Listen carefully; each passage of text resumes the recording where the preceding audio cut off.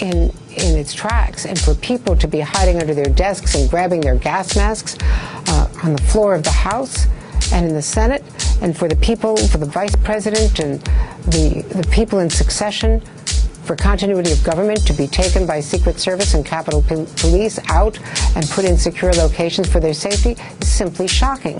I am as shocked as any other citizen who loves our country and loves democracy, and especially someone who knows the people up there and has worked with them and our own colleagues up there. I just want to say the irony.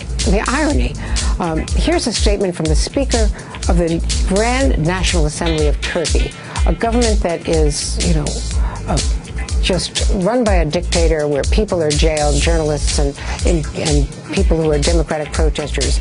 We follow the events in the USA with concern and invite the parties to calmness, the Speaker writes on Twitter. We believe that problems will always be solved within law and democracy. As Turkey, we have always been in favor of the law and democracy, and we recommend it to everyone. This is just a continuation of a government run by this president, his Secretary of State, who have embraced dictators, ignored human rights, ignored the jailings of protesters, women and others who've been tortured in jail in Saudi Arabia. And now we see mob rule in the capital of the United States. It is beyond shocking.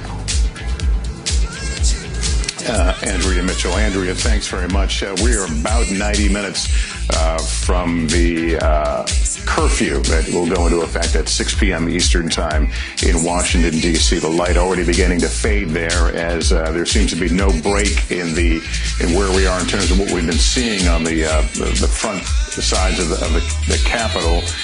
No movement for people to leave or to remove them, and at the same time there is still business for this Congress to do, to exercise and fulfill its duty to count the electoral vote and essentially confirm this election. I am going to begin preparing for NBC Nightly News. Will be going on the air in a few hours. I'll leave it in the capable hands of Savannah Guthrie, but our NBC News coverage will continue. Savannah, we'll send it to you, and we'll see you in a bit later. All right, we'll see you on Nightly, Lester. A couple of developments. The FBI SWAT team has now entered the Capitol complex, and our reporter on the Hill, Leanne Caldwell, has tweeted some video of that. So there seems to be some movement on the part of law enforcement to start to get this thing under control. Lester mentioned the 6 o'clock curfew. So while we're talking about law enforcement, let me get to Pete Williams. Pete, bring us up to date, because the governor of Virginia said that requests had come in for the National Guard of Virginia to come in and help. We know the FBI is on the scene.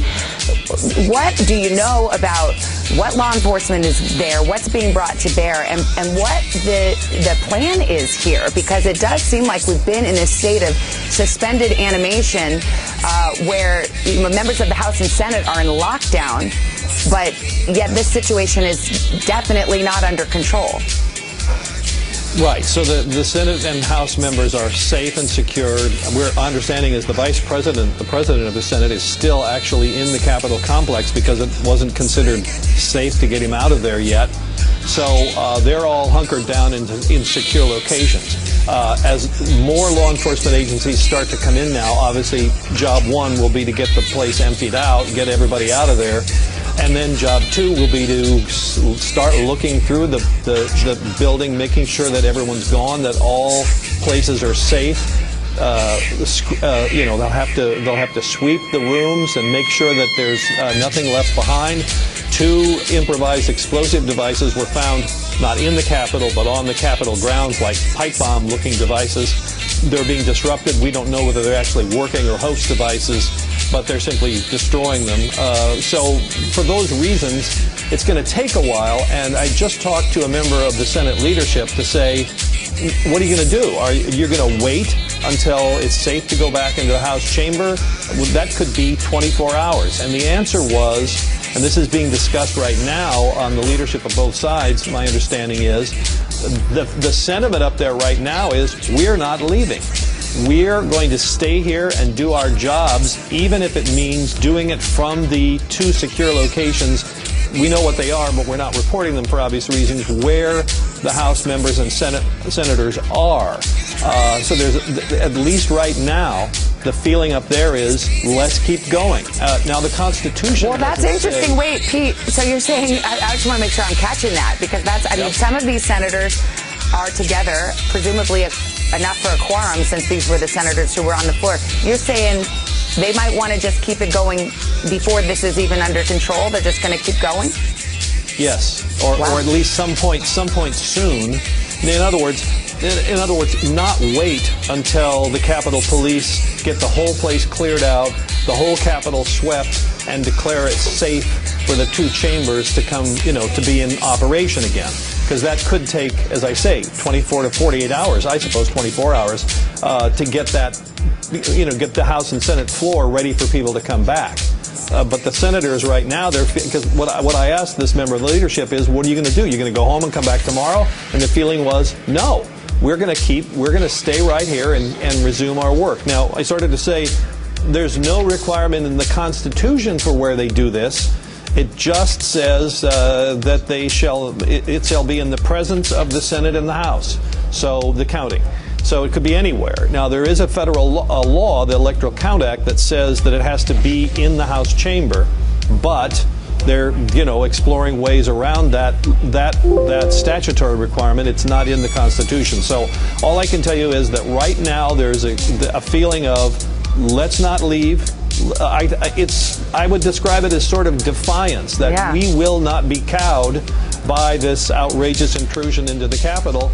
They're determined to keep going. And the person I was talking to said when this was suggested in this group of senators that are in the secure location, there was applause.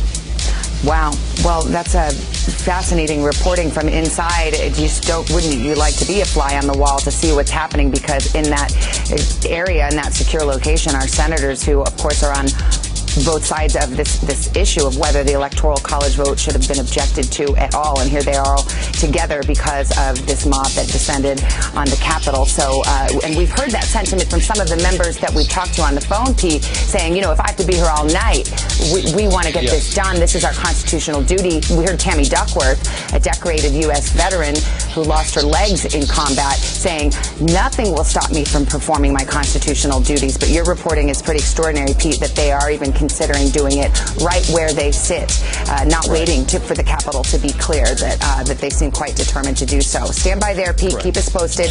Casey, over to you on the Hill. I know you're plugged in. You're our Capitol Hill correspondent. What are you hearing in terms of the security, but also in terms of what the plan is now for the business of the Congress? Well, Savannah, I'm hearing a sentiment similar to